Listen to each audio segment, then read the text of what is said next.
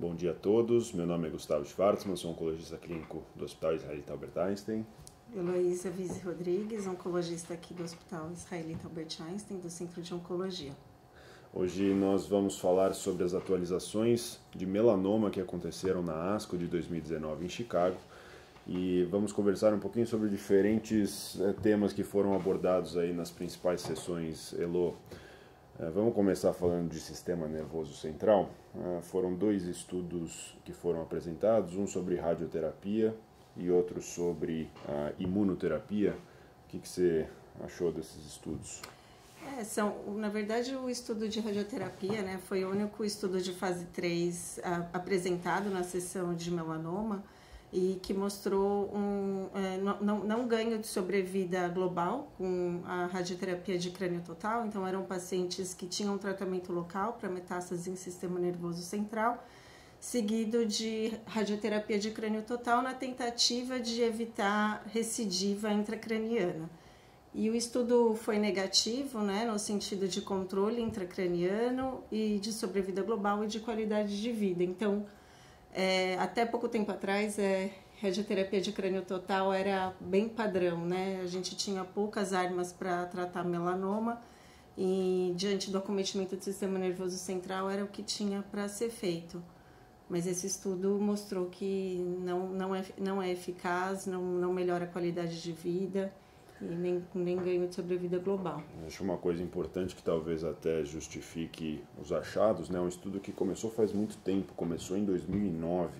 De 2009 para cá a gente tem cada vez mudado de radioterapia de crânio total para radioterapia estereotáxica, que a gente faz pontos bem específicos das lesões com radioterapia, e agora também na era nova de tratamento. Acho que esse é inclusive o tema do segundo estudo que a gente vai comentar, que é um estudo que foi atualizado. Ele foi apresentado pelo Hussein Taub, do MD Anderson, que foi meu orientador durante meu período lá. Ele, depois que publicou esse estudo no New England, ele ficou bastante inacessível por e-mails, mas ele é uma pessoa muito querida e muito bem conceituada. Ele apresentou então os dados atualizados do Checkmate 204, que é um estudo que comparou ipinivo, que avaliou ipinivo no cenário de metástase cerebral de melanoma. Ele começou com uma coorte assintomática, né? E eles atualizaram esses dados, agora são 20 meses de segmento, 100 pacientes tratados, e viram que para esses pacientes que não têm sintomas, que têm geralmente de 1 a 2 lesões intracranianas, não estão usando corticoide, a imunoterapia com ipinivo levou a taxas de respostas muito elevadas, né? 55% dos pacientes, sendo que metade dessas respostas foram completas. E a gente está falando de respostas que são extremamente duradouras. Quase 90% dessas respostas estavam em andamento nesse tempo de segmento de 20 meses. O que nos diz que talvez uma boa parcela desses pacientes não necessitem nem mesmo de terapia local com radioterapia ou cirurgia no cérebro. Mas eles também apresentaram um dado de uma coorte nova, né? Quer comentar um pouquinho da coorte de pacientes sintomáticos? Então, aqueles pacientes que tinham sintomas, né, relacionados à doença em sistema nervoso central e que faziam uso de corticoide, também foram tratados com ipilimumab e nivolumab, né, nessa estratégia do tratamento sistêmico, e a gente viu que a taxa de controle foi bem menor, né, em torno de 22% de taxa de resposta só,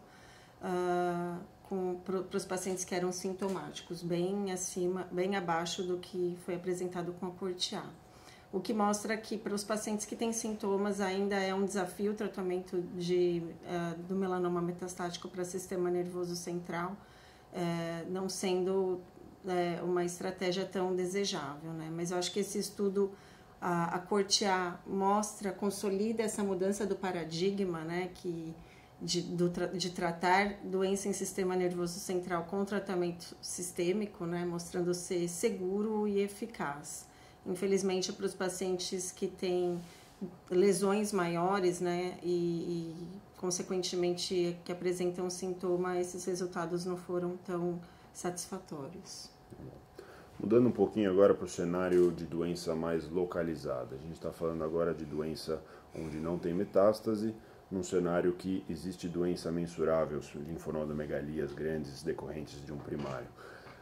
A gente sabe que o tratamento adjuvante, ou seja, opera e depois faz imunoterapia ou terapia-alvo dirigida, prolonga a sobrevida livre de recorrência. Agora a gente está estudando bastante o cenário de tratamento neoadjuvante antes da cirurgia, tanto com imunoterapia quanto com terapia-alvo dirigida. Nessa sessão da ASCO, eles apresentaram dados de 6 grandes estudos neoadjuvantes, e compilaram esses dados, agruparam esses dados e fizeram algumas ressalvas importantes, né?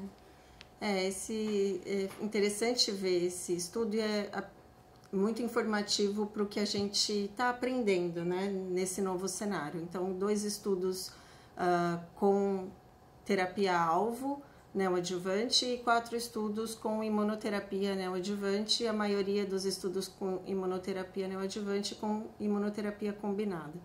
Então a gente vê que existe uma boa taxa de resposta, né, com imunoterapia combinada, com taxa de resposta patológica completa em imunoterapia bastante variável, em torno de 30% a 50%. Com terapia-alvo, esses números nos 2 estudos foram bastante consistentes, em torno de 50% a 60%. E o que a gente não conhecia ainda, né, do segmento desses estudos, é de como esses pacientes com resposta patológica completa evoluem, né? E a gente tinha uma ideia de que com terapia-alvo a sobrevida livre de recorrência era bastante sustentada, mas o que a gente viu, na verdade, é que ao longo do tempo se perde um pouco desse benefício de terapia-alvo, mesmo para aqueles pacientes que tiveram resposta patológica completa. Então, acho que uma coisa importante desses estudos é que se confirma de uma certa forma que resposta patológica completa é um bom desfecho para prever resultados a longo prazo, né? Então, se correlacionam com sobrevida livre de recorrência. E na terapia-alvo eu fiquei um pouco desapontada. Sim, eu já tinha mais ou menos essa impressão. Eu sou uma pessoa muito tendenciosa à imunoterapia. E a imunoterapia, do jeito como ela foi estudada, como ela caminhou, né, saiu de terapia isolada com anti-PD1 e moveu para uma terapia combinada com IP e nivo, né? E agora a gente sabe que talvez somente 2 doses de IP nivo na dose invertida, né, IP1 nivo 3, seja suficiente para gerar uma ótima resposta patológica e talvez não necessite de nada após a cirurgia. Esse paciente tem grandes chances de cura, né? Nenhum dos pacientes que atingiu resposta patológica completa com imunoterapia teve recidiva de doença após, já não tem segmento de 2 anos. Então são dados aí bastante intrigantes que a gente vai certamente ouvir falar dessa estratégia bastante no futuro. Mais uma vez a gente cai na questão da qualidade de resposta com imunoterapia parecendo ser superior em termos de duração. Sim. E tudo mais. Nosso último tópico hoje vai ser dos dados de longo prazo, agora de terapia-alvo dirigida, né? Foram apresentados dados de 5 anos, uma publicação concomitante no New England Journal of Medicine. Eu vou deixar a Elo comentar esse estudo. Então, esse estudo avaliou aí, com follow-up de 5 anos, o uso de terapia-alvo combinada, né, de dabrafenib mais cobimetinib, um inibidor de BRAF com um inibidor de MEK, que a gente sabe que é fundamental para o tratamento dos pacientes com melanoma com mutação de BRAF. E foram dados de 2 estudos comparados com vemurafenib sozinho ou dabrafenib sozinho. Então, esses pacientes vêm já em segmento, são, né, estudos mais antigos e que agora a gente tem um segmento de 5 anos mostrando sobrevida global bastante significativa em 5 anos na população geral, em torno de 20% ou 30%, né? E mostrando que dentro dessa população, reforçando, né, o conceito de quem são os pacientes que mais se beneficiam desse tratamento combinado, são os pacientes com menor volume de doença, com um DHL normal, né, o que reflete aí uma doença não tão avançada. Então, para esses pacientes, os resultados a longo prazo são bastante interessantes e mostram que a gente tem, para os pacientes que têm uma mutação do BRAF, uma estratégia e uma terapêutica bastante eficaz e adequada mesmo em longo prazo. Acho que esse estudo também traz a questão qual que é a primeira opção que é a melhor para esse paciente com BRAF mutado, a imunoterapia ou terapia-alvo dirigida. A gente tem dados excelentes dados de longo prazo com terapia-alvo, principalmente nesse subgrupo de baixo risco de doença, mas tem alguns estudos comparativos randomizados em andamento, fase 3, grandes estudos, que vão responder essa pergunta de sequenciamento. Qual que é melhor dar? Um depois o outro ou outro depois do um? Então a gente vai ter essas respostas talvez ano que vem, talvez daqui 2 anos. Isso vai depender da maturação dos dados.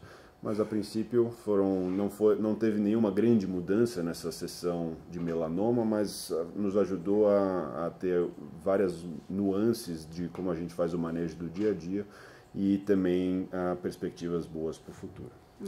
Foi bastante instrutivo, apesar de não novos dados. Muito obrigado. Obrigada.